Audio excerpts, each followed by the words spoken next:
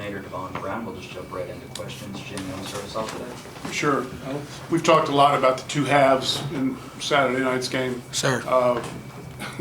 They were two different halves Saturday night for you guys. It was. If you could kind of take us through the transition that you made, the adjustments that you made, and how you kind of looked like a different football team in the second half.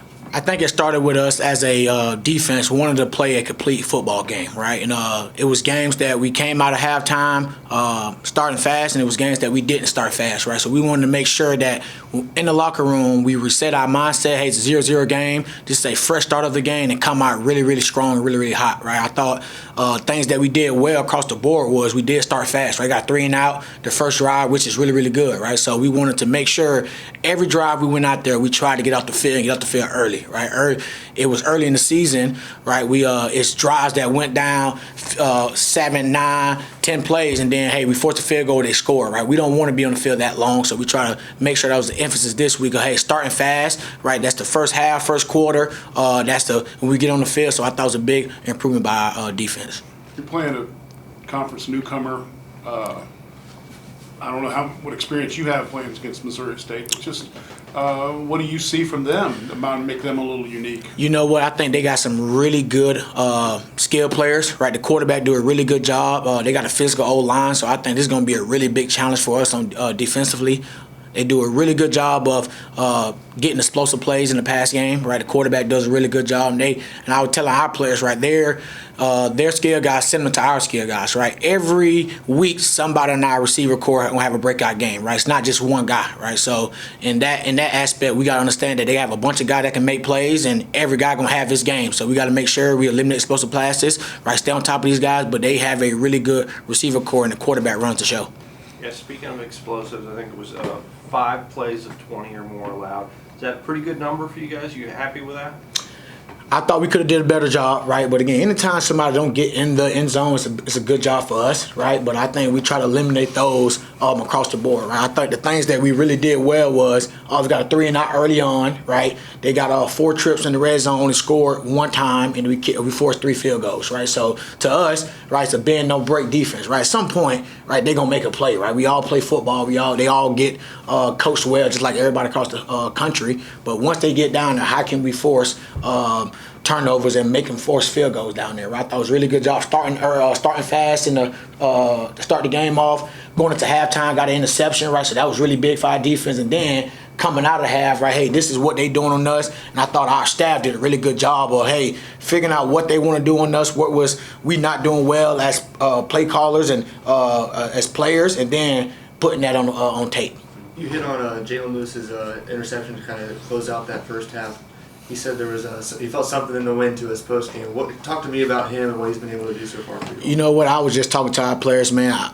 We have a bunch of guys in the back end that make a lot of good plays for us in the back end, right? And I'm that coach where I want to play a bunch of guys, right? But if I feel like a guy is having a hot hand, he's playing well, I'm going to try to lean on that guy, right? It's not one snap out there that I didn't think J. Lou didn't play hard, didn't communicate, didn't run to the ball, right? And when you run to the ball and play really, really hard, right, good things happen to you, man. But the things he do on Saturdays, he do Monday, Tuesday, Wednesday, Thursday, right? So it's not a surprise to me that he made that play, right? Because that same play he made in practice on Thursday, right? Now it was a walkthrough situation, but he made that play, man. So I think the attitude, the effort, the want to he do in practice during the week is kind of just blessing him on Saturdays, right? But again, he got to continue to get better because a lot of plays out there that he missed, right? And he's the guy that understands that and will get that corrected. You know, the Conference USA portion of the schedule is here. Does that bring any more intensity in practices, going forward? You have these games mean a little bit more on the schedule. I think every game is important to us, man. We understand the dilemma we in, right? All the conference play is a really good way to kind of keep our standard going, man. But in the day, it's about us and how we prepare each and every week, right? We can't change hey, we playing the LSU, the Alabama, the Toledos, right? Every week is a week to prepare and get better and get good at what we do, right? We have a good scheme here, some really good players, right? But when we playing fast, physical together, we're a really good defense, right? But when we not, right, nobody in the right gap, we letting the ball go over our head, we're not really good defense. So how do we focus on us as a unit, as a group, as a team, and get better at that? And then at the end of the day, it's going to take care of itself. I think a couple of the kids mentioned getting the taste out of their mouth from Toledo. Did you sense that going into the game Saturday? I did, man. I thought the bye week was probably the best practice I had since I've been here in 3 years, right? That week, right? And then the physicality, right? 'Cause I think that was the biggest thing in Toledo wasn't executing, right? And then we didn't tackle at all, right? It wasn't physical, man. But that bye week, right, was a physical bye week. Usually that's not a bye week. Bye week, hey, getting better technique, all this stuff, but it was physical, man. So I think the players understood the challenge we had, and we went out there and trust me, it was a lot of things that we wish we could have got back, play calling wise, right? Players missing tackles and missing plays, but the effort, attitude, and the want to was there. It was there for sure. This was another really solid job by you guys defensively of preventing points. I think you're third in the league right now in that. Might have been a little better with the yardage if not for 6 first downs allowed off penalties. Yeah.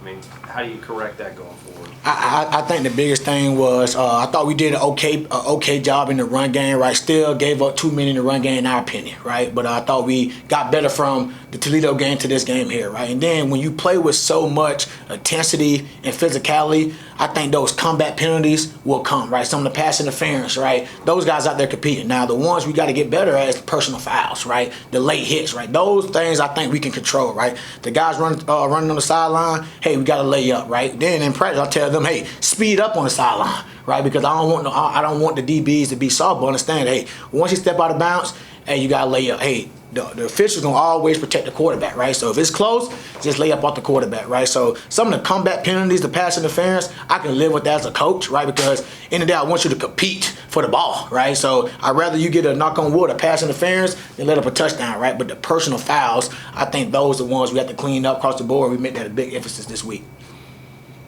Thank you, Coach. Appreciate you, baby. Thanks.